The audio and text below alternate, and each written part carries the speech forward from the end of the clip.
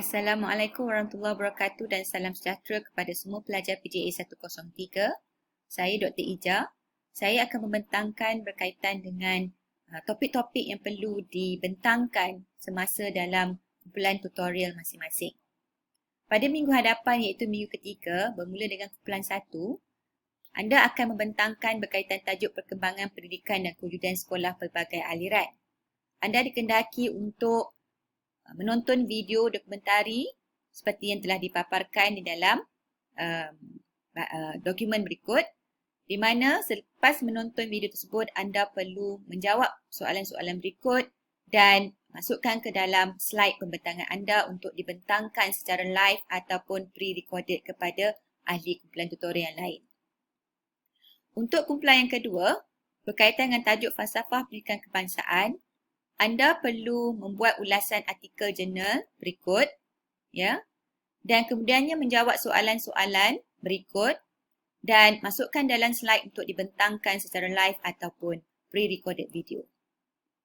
Untuk kumpulan ketiga, berkaitan dengan tajuk matlamat Kementerian Pendidikan Malaysia dan dasar-dasar Malaysia, anda dikendaki untuk membuat ulasan artikel berikut dan kemudiannya menjawab soalan-soalan berikut dan bincang dan bentangkan melalui slide pembentangan yang akan diberi secara live ataupun pre-recorded di dalam kumpulan tutorial anda.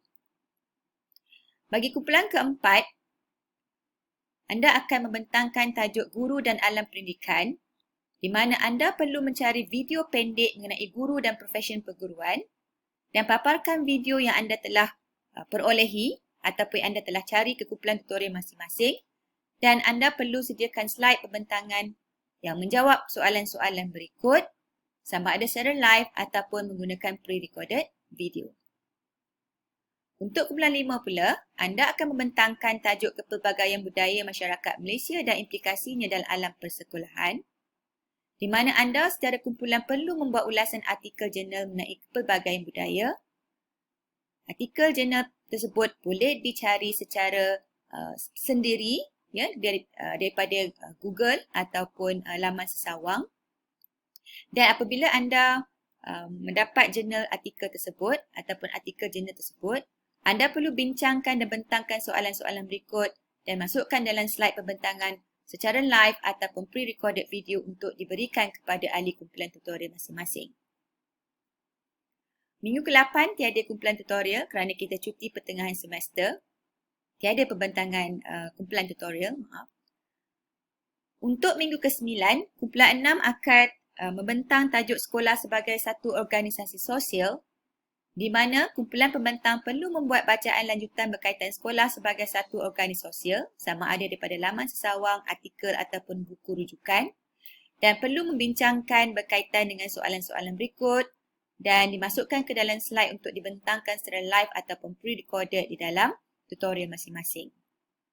Kumpulan 7 akan membentangkan berkaitan dengan tajuk keciciran, di mana mereka juga perlu membuat bacaan lanjutan berkaitan laporan masalah keciciran di Malaysia, contohnya laporan keciciran murad, dan bincang dan bentangkan soalan-soalan berikut untuk dimasukkan ke dalam slide pembentangan dan seterusnya dikongsikan secara live ataupun pre-recorded video kepada kumpulan tutorial yang lain.